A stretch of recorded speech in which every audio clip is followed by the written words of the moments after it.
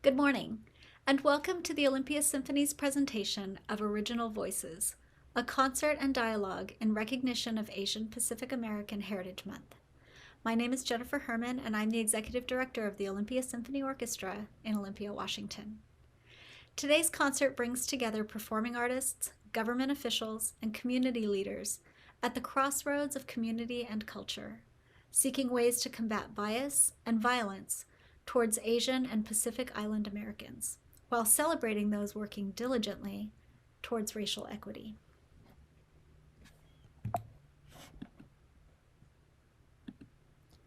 On April 2nd, 2021, the Olympia Symphony Orchestra Board of Directors published this statement. The Olympia Symphony Orchestra stands strongly in opposition to racism and hate. We specifically condemn acts of violence and bias, and acknowledge escalating injustices targeting the Asian American and Pacific Islander community. We are deeply troubled by recent events and express our support for our AAPI musicians, friends, colleagues, and community members. As an arts organization, it is our intent to raise awareness and address racism by celebrating our common humanity.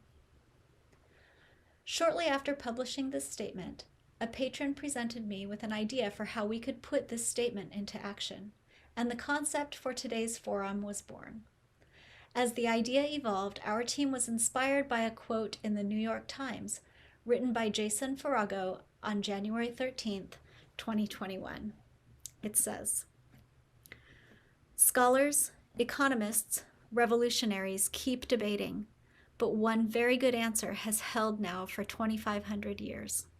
The function of art, Aristotle told us, is catharsis. You go to the theater, you listen to a symphony, you look at a painting, you watch a ballet. You laugh, you cry, you feel pity, fear. You see in others' lives a reflection of your own. And the catharsis comes, a cleansing, a clarity, a feeling of relief and understanding that you carry with you out of the theater or the concert hall. Art, music, drama. Here is a point worth recalling in a pandemic, are instruments of psychic and social health."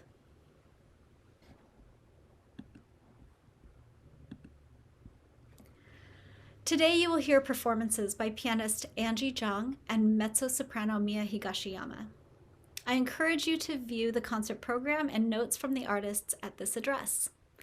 If you are joining us via the Zoom webinar, you will have the opportunity to ask questions in the Q&A box below, and our artists will respond live at the end of the program. If you are joining us on YouTube or at our website, there is still time to click the register button at this same address to participate in the question and answer session or stay right where you're at.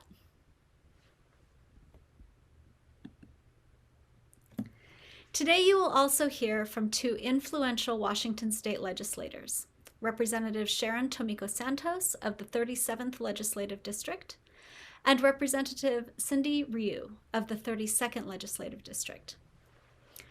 Lena Mendiola, Vice President of the Olympia Symphony Board of Directors, and I recently had the privilege of conversing with Angie, Mia, Representative Santos, and Representative Ryu, dynamic women who are using their platforms to amplify the voices of the AAPI community. We will be sharing those conversations with you today. Today, you are the audience. Audience from the Latin word audientia, meaning the act of listening. You are not here as spectators. You will hear beautiful music, but our hope is that you will listen to the voices of the people you are seeing, and also hear those that they represent. Through art and dialogue, we will take a step forward together. Thank you for making the time to be here today.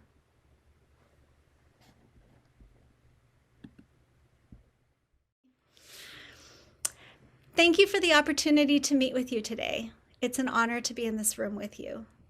Before we get started, I wanted to share why this concert is so meaningful to me.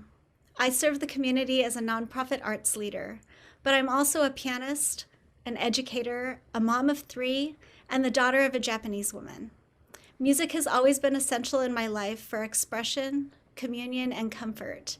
In many ways, it's the forum in which I feel most heard and where I find healing. For me, there's nothing quite like taking a breath together before playing music with someone to align our internal and our external rhythms. I find myself breathing with artists even when I'm in the audience. And this common breath, I believe, is what we need today. My hope is that we will leave this concert today different than we entered. We will find hope and humanity in ourselves and in others, and be empowered to right the wrongs that we know exist in the world.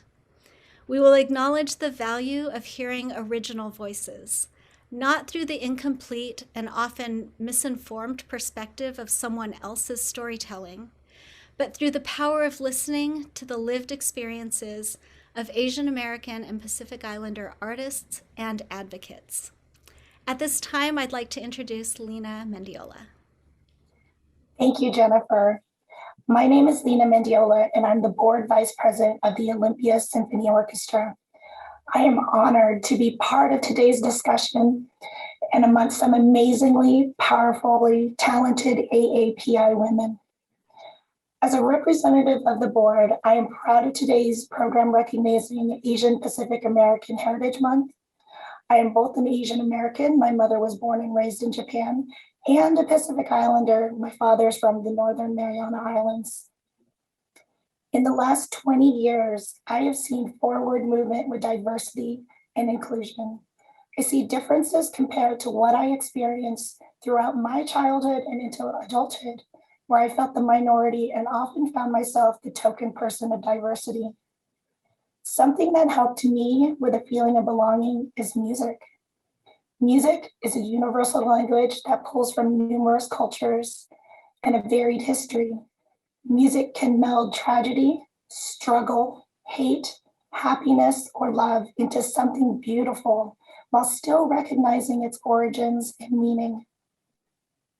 The horrific events over the year and more recently prove we have a lot of work to do towards inclusion, where the color of our skin and our heritage is acknowledged and celebrated. We need to engage by condemning hate and violence based on race, religion, or gender, and unify under our commonalities.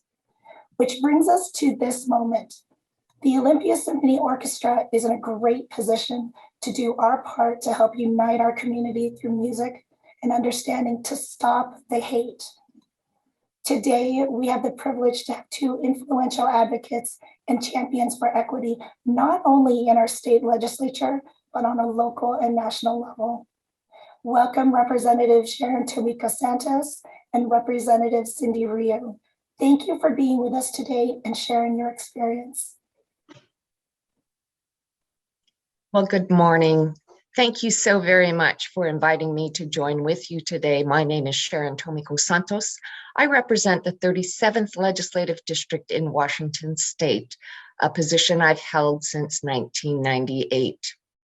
I am also Japanese American by my natal birth, and I am married to a Filipino.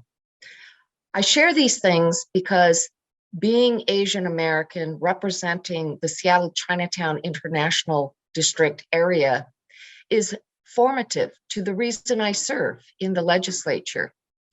I can recall the stories growing up as a child of my mother, who was 9 years old when she was incarcerated because of the way she looked when the United States was at war with Japan. I can remember when I was 9 years old, accompanying my mother to the Pike Place Market to shop for fresh vegetables and fruits at a world famous market that was established by Japanese American farmers, and being shocked to hear my mother being verbally abused by the vendor, called names and told to go home. She was born in America. She could not change the way she looked, as much as I cannot change the way we look. I remember being an older child when Vincent Chin was murdered because Americans in the Detroit area mistook him for Japanese, and we were at war economically with that country. We need to understand that the roots of this type of anti-Asian hatred is not new. It has been with us for decades, for centuries, for as long as this country has been a country. And so my work in the legislature is focused on helping to illuminate these types of stories. It's the story of my former seatmate, Representative Kip Takuda, who's no longer with us, but who founded the Civil Liberties Public Education Fund to help support stories in our community of how fragile our civil liberties are when we give into racism and hysteria and lack forums like this to reach across to one another and find those areas of understanding. I'm here because we have to raise our voices together. A lot of people want to say, we're not going to be invisible any longer. Well, we have been raising our voices, and we aren't going to be invisible any longer, but we need our audience to see us. We need our audience to hear us.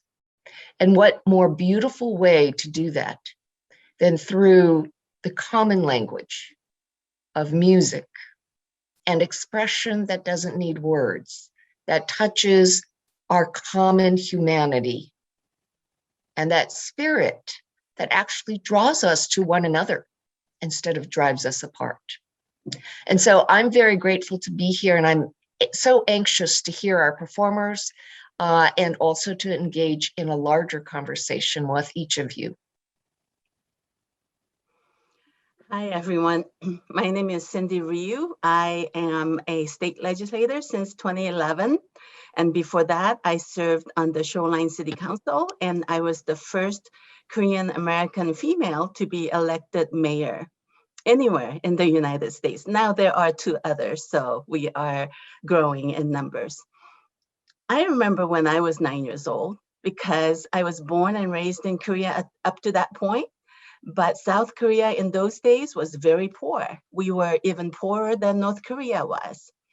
And so my dad had gone overseas to work for the family's well-being with my 3 brothers and I. My mom did her best to make sure we were housed, clothed, and educated. But being apart for so long was hard on my mom. And so dad sent the 5 plane tickets for us to fly one way from Seoul to Brunei, which is on the island of Borneo. And so I got to live in a tropical country for a couple of years. Unfortunately, as non-residents and non-Malays, we were not allowed to stay. So we had to move along again. And so we ended up in Manila for a couple of months with no visas yet. And fortunately, the visas to enter USA came just in time before we ran out of money. So here I am, a Washingtonian the last 52 years, an immigrant. And I have definitely considered myself blessed because I have achieved the American dream. Having a good job, a home, a family. My children, my 3 children are thriving. They are professionally engaged. They have, in my opinion, very happy lives. And yet here we are. Korean Americans have not had as deep a history as Japanese, Chinese, or even Filipino Americans, or even Pacific Islanders. And so it's been pretty new, in my opinion, as a community, Korean American community, to come to grasp with the recent events. But we're learning. We're not sweeping it under the rug anymore. We're literally showing up. And my nephews, grandnephews, and even my granddaughter, being of mixed race, they also have to grapple with and literally process and be sad along with the rest of us. But I really appreciate that young people are willing to keep the conversation alive and help us heal, literally heal through this journey. And so I am looking forward to the musicians' work as well as their conversations to literally breathe with us, that common breath that we're all breathing together, and using music as that universal language so that we are celebrating one another and healing one another while we have this very difficult but necessary conversation. So thank you very much for joining us. Thank you so much, Representatives Santos and Ryu, for sharing your personal stories and for championing equity and conversations such as this. At this time, I'd like to introduce Angie Zhang and Miya Higashiyama, who you will get to know better musically in the concert, but I wanted to ask them to share a little bit of their stories. Both of these artists have been featured in Olympia as soloists on the stage with the Olympia Symphony and are out in the world making music and making a difference. Hello, everyone. My name is Angie Zhang, and I am a proud Asian American pianist and forte pianist. I also play some harpsichord, and as you can see, I have some really beautiful instruments behind me. I also remember when I was 9 years old. I grew up in the Pacific Northwest, and I feel really blessed to have, really grown up in Portland, Oregon, before I moved across the country to attend the Juilliard Pre-College. My whole family relocated from coast to coast just for me, which I'm so thankful for. But when I was 9 years old, that was when conductor Neil DuPont made me one of his young artists, which meant I got to perform a movement of a Mozart concerto in the Arlene Schnitzer Concert Hall in downtown Portland. And that was my orchestral debut. It was very important for me, personally, musically, professionally. And very soon after, I got involved with the Olympia Symphony Orchestra, and it's just been a relationship that's bloomed since then. I call Olympia Symphony Orchestra my orchestra away from home because they have invited me back so many times to share my music and just converse with the diverse and such supportive audience that's in Olympia. So it's so great to be here virtually. Thank you to everyone who is here. It's wonderful to continue this conversation and really have original voices be heard. I am a performing artist for many reasons, but probably the most important reason is one that's already been touched upon. It's really a surreal and ethereal experience to be in the same place where even the performer on stage does not talk, right? I'm not talking when I'm playing the piano, and everybody, doesn't matter where you come from, what background, what race you are, anything, we all come together to one place. There's no barriers in this one hall or a smaller place or even a non-traditional venue where we can just sit and listen, because listening is so important. And we learn by listening and reimagining what we can do, what we can be in society and for our communities, no matter how small or how big. And I really think music plays such an important role and is truly vital to us as biological beings and human beings and people who really crave to be with one another and, really try to make impact in our own ways with our own passions and loves. And so that would probably be the second biggest reason why I do what I do. I think, being able to have a platform, which obviously I'm so grateful for, to share my passion, what I'm truly passionate about with everybody is hopefully inspiring to those who, are in the audience and who may not be performing artists, but who have their own passions. So thank you so much for having me here. Hi, my name is Miya Higashiyama. I am also so thrilled and honored to be here. I am half Japanese myself. I'm of Japanese descent. I was born and raised in the Pacific Northwest in the Seattle area, although currently I am residing in Chicago. And I sang with the Olympia Symphony Orchestra in, I think it was 2018. I was the alto soloist in Beethoven's Ninth Symphony, which is obviously an incredible piece of work, and have such fond memories of rehearsal and that concert and just what a joy it was. So I'm beyond thrilled and honored to be back virtually with the OSO. And to echo a lot of what Angie said, music ultimately is healing at the end of the day. Music is healing power. And I think, especially for singing, music really reflects back on us what it means to be human. And that's all facets of being human.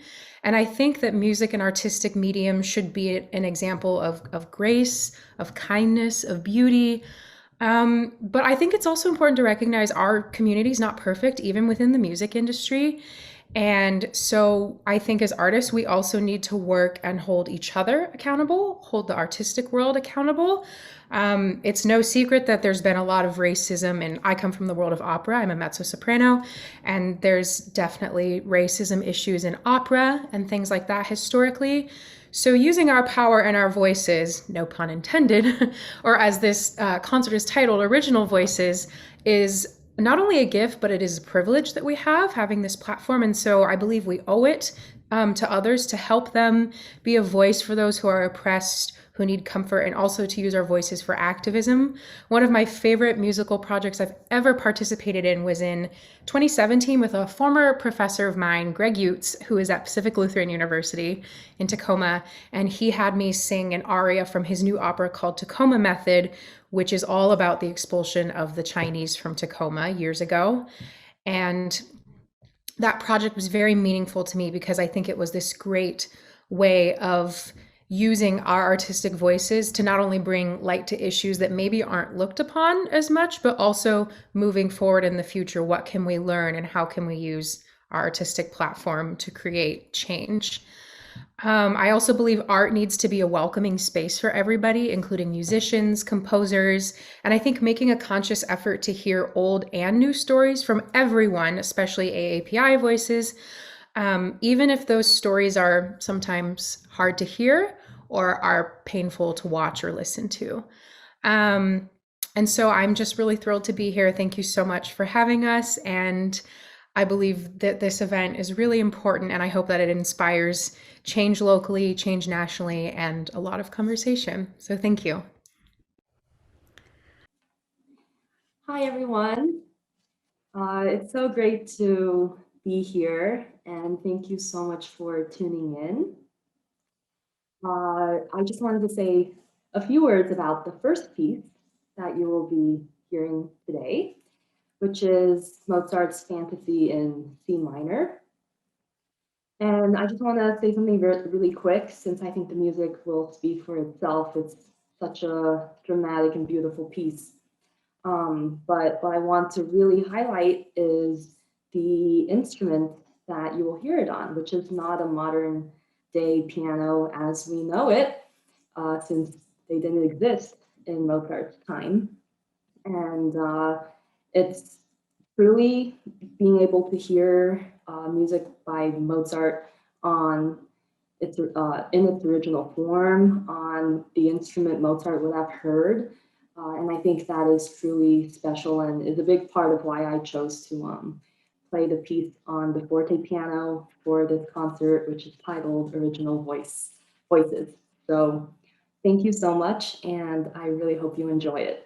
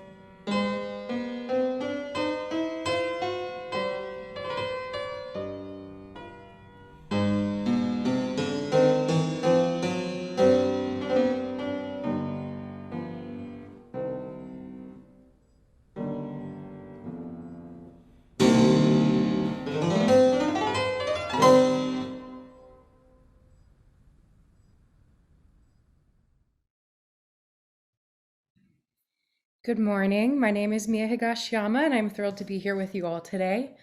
The following set of 6 pieces that's coming up next is called Sechs Gesange by Alexander Zemlinsky, composed in 1910 and 1913 based on poems by Maurice Maeterlinck. Some of the poetry you're going to hear includes 3 sisters with golden crowns who want to die, blindfolded girls searching for their destiny, as well as other female characters, paired with sensitive, sensuous, and simple vocal writing by Zemlinsky. Through dissonance, gorgeous harmonies, and sweeping line, Zemlinsky, I think, perfectly captures a sense of the whimsical, grieving, dreamlike, immersive journey we face as humans, living life in times of uncertainty or finding our purpose. Here's Sechs Gesange with Alan Darling on the piano.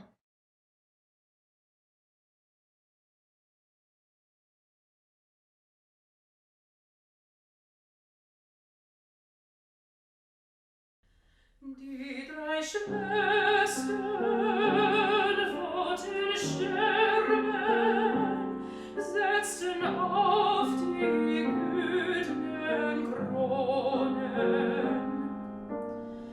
gingen sich den Tod zu holen, wetten ihn im Walde wohnen.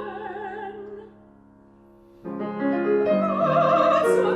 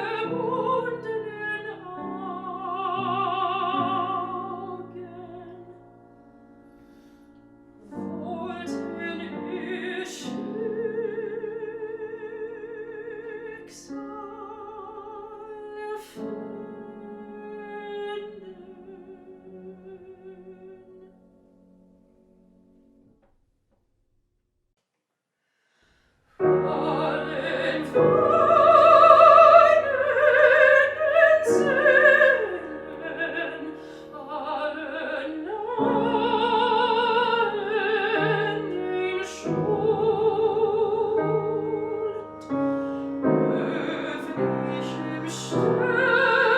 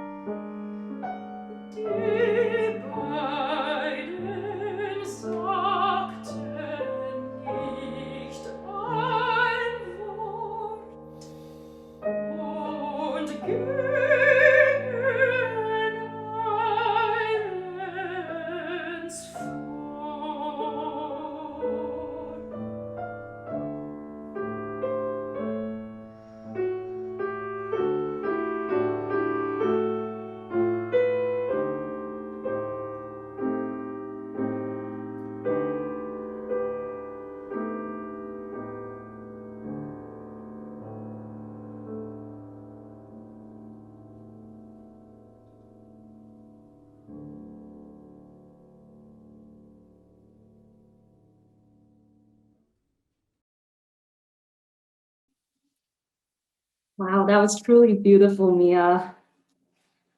This next piece you'll hear is Caroline Shaw's Gustave Le Gray, featuring Chopin's Mazurka in A minor, Opus 17, number 4, sandwiched within the piece. And so it's a really original idea about what to do when you love a piece of music and want to build on it. And no one can do that better than Caroline Shaw, who is an American composer who is the youngest to win the Pulitzer Prize in music. She won it when she was 30 for another piece written for 8 voices, actually. It's a very, very cool piece. But she actually hasn't written many pieces for piano, for solo piano. And so being a pianist, and of course a forte pianist, I just really fell in love with her work and had the honor of meeting her multiple times when she was at Juilliard when I was there. So I really hope you enjoy it. Once again, I want to feature the piano just for a little bit. I'm not playing on a piano like you've probably seen or the one that's in your head right now. It's a really special Bosendorfer piano made for the Brussels World Fair in 1958. And so it's one of a kind, only a few were made, and this one is in really pristine concert condition. So please enjoy.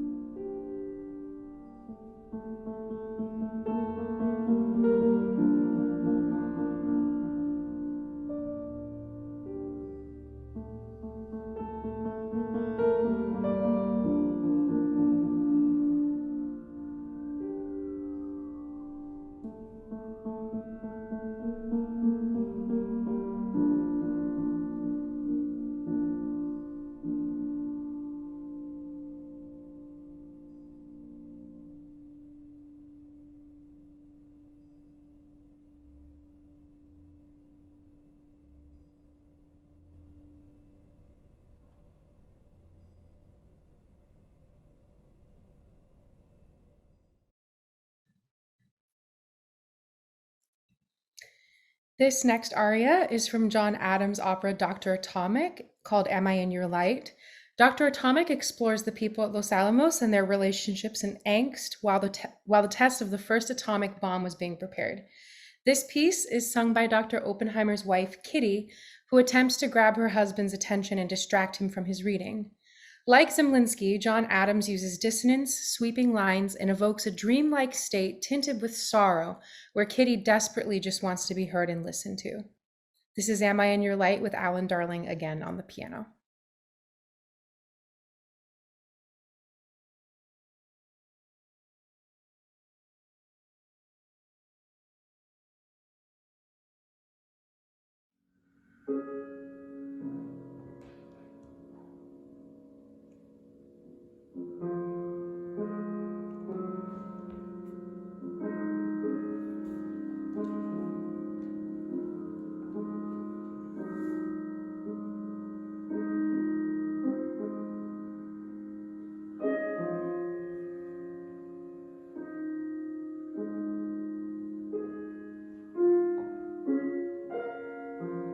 Am I in your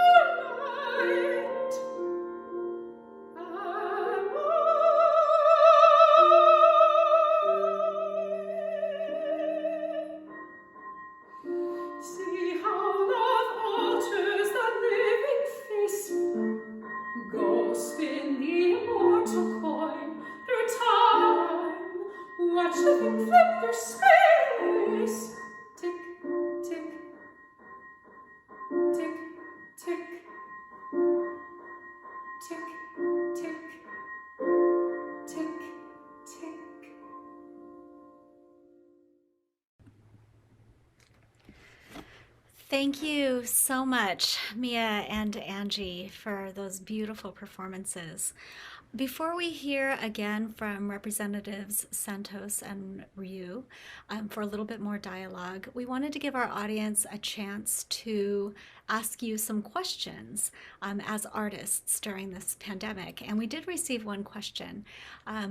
Angie, you are in your doctoral studies, and Mia, you are pursuing your master's.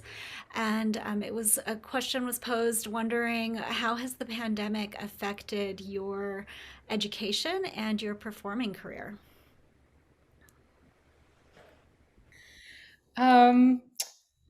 It's been challenging, to say the least. However, within that challenge, I think there's been a lot of discovery and a lot of opportunity that necessarily wouldn't have been present without the pandemic. It definitely has impacted the way I see performing live. It will be, it's always been special to me, but once we're really back, I don't think I will ever take it for granted again, that's for sure. But the pandemic has really, I think, allowed artists in general to be exceptionally creative and use a lot of resources maybe we didn't think we'd ever have to use, such as doing lessons on Zoom, for example, or setting up our own studios at home. I have been involved in a lot of virtual choir stuff, mixing audio and things like that. And a lot of these skills that I think I've garnered and other musicians have garnered, we will use once the pandemic is over. And even this concert today, for example, is something that was put together virtually, and we all have the ability to be here together, which may not necessarily have been the same in a live concert hall. So in some essences, it's been, challenging, because I think us as humans, we are really missing creating that art and that energy in a room together with music. But at the same time, I think there's been a lot of interesting, beneficial things that have come out of the pandemic. But I mostly hope once things are somewhat back to normal, that people will just flock to anywhere there is live art, because I think we are all going to need that healing and community once we get through this. And echoing off of what Mia just said, I think it's definitely bittersweet. Of course, we miss being able to perform for live audiences, and I'm still thinking about, I just came back from California and Palm Springs. That's actually where both of my videos were recorded, and I was able to perform for many different audiences, some of whom are in the audience today, while I was in Palm Springs. And it just felt amazing. I didn't think it was going to be so emotional for me to be able to be in the same room with 20, 30 people, 40, and be able to make music and get asked questions in person instead of like this. But I think there's so much that we all have learned that are good things through the pandemic. For me, I think especially since now I'm doing a double degree also in fortepiano.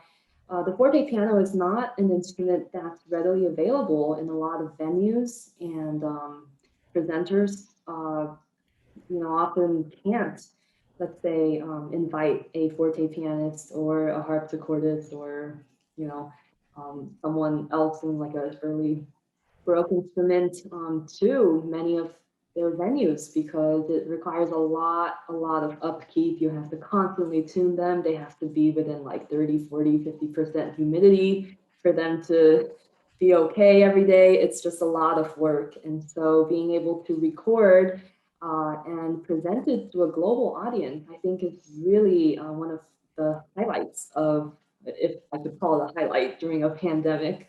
That totally would be one for me. Well, thank you. I again want to thank you for making those recordings specifically for this event and with our audience in mind. It's very special and it felt very personal, and I'm really grateful for the time you took to be here with us today. So next we will hear again from Representative Sharon Tomiko Santos and Representative Cindy Ryu with a call to action for us as artists, as organizations, and as a community. Representatives Santos and Ryu, I'm wondering if you might have any words of wisdom for us as artists and organizations as we seek to find ways to use our platforms for change. Yeah, if wisdom from an older live experience person, definitely, who used to be a pianist, I used to play the piano, is please continue your art, whether professionals such as Angie and Miya are, or even as a hobbyist, because music definitely can help us heal. And also, I was a pre-med kid for a while. I was a STEM student, but I definitely believe in the arts, and I am helping with funding for the arts, especially through the recovery from COVID-19. And so what I had learned was that musicians were the best medical students. And so it can, art and everything that you do, even maybe even part-time jobs you might have had, every experience you have definitely informs everything that you can do, not only for yourself, but also for the for society. So my having been so interested in my grandparents losing their homes in North Korea, and my parents not having had any chance to buy their own homes until we came to America, that has informed me in how I should advocate for affordable housing as well as home ownership. And of course, now that I'm chairing the Community and Economic Development Committee, that is definitely part of that American dream that we were aiming for. And then, of course, having being a junior member to Representative Santos, I learned how important it was for us to continue to advocate for everyone in our society, including what we worked on several years ago on deadly use of force by police. And that work started many years ago. And look at us now. So please continue to work hard and live your lives well, and we will all benefit from it. Thank you. And thank you, Representative Ryu. It is very important for us to call our authentic selves into space. And what I am so touched by is that each of you are pursuing your passion. But what I heard in the words of both Angie and Miya and Jennifer and Lena is that you've also found that you've been given a platform. And when you pursue your passion and you identify your platform, that is, in many respects, the description of finding your power. And so your authentic self in this space and using that power to amplify, to leverage, to educate. I think one of the things that I love about music is it is not only so universal, but in some respects, it can be taken so much for granted because it is around us all the time. And so we begin perhaps with our little nursery songs, but then we graduate to, our pop songs or whatever. And what we find regardless is that this is a forum for both inspiration in touching us in a way that no other method can really touch us, through our heart, through our mind, through our imagination. So that inspiration, but it also can be aspirational for us. I want to sort of take note of a couple of examples that come immediately to mind is that this venue, your work, your passion, your platform is such a venue for truth telling in a way that, again, others cannot necessarily see. And it can be in some ways that type of truth telling that your audience may not even be realizing the transformation that is occurring within them. I think, for example, of the first time I went to see Satyagraha, perhaps Miya might recognize that opera, and just how I didn't know what I was going to expect, but just how powerful it is to move the human spirit and to desire not only more truth finding, but to embrace the spirit of reconciliation. How do you do that in the space of just 2 hours? Unless you have the power of music, of being able to touch somebody without saying a single word, or just having them invited into the experience. So along with Representative Ryu, I'm sorry, I didn't mean to wax so much about that, but along with Representative Ryu, I just encourage you all and your audience to find where their passion and their platform merge, to locate that power, to embrace it, and to move it forward in the most authentic way that we can. And that's how our communities will come together for that healing. And I thank you, Olympia Symphony, for creating this opportunity for that healing to begin in our state's capital.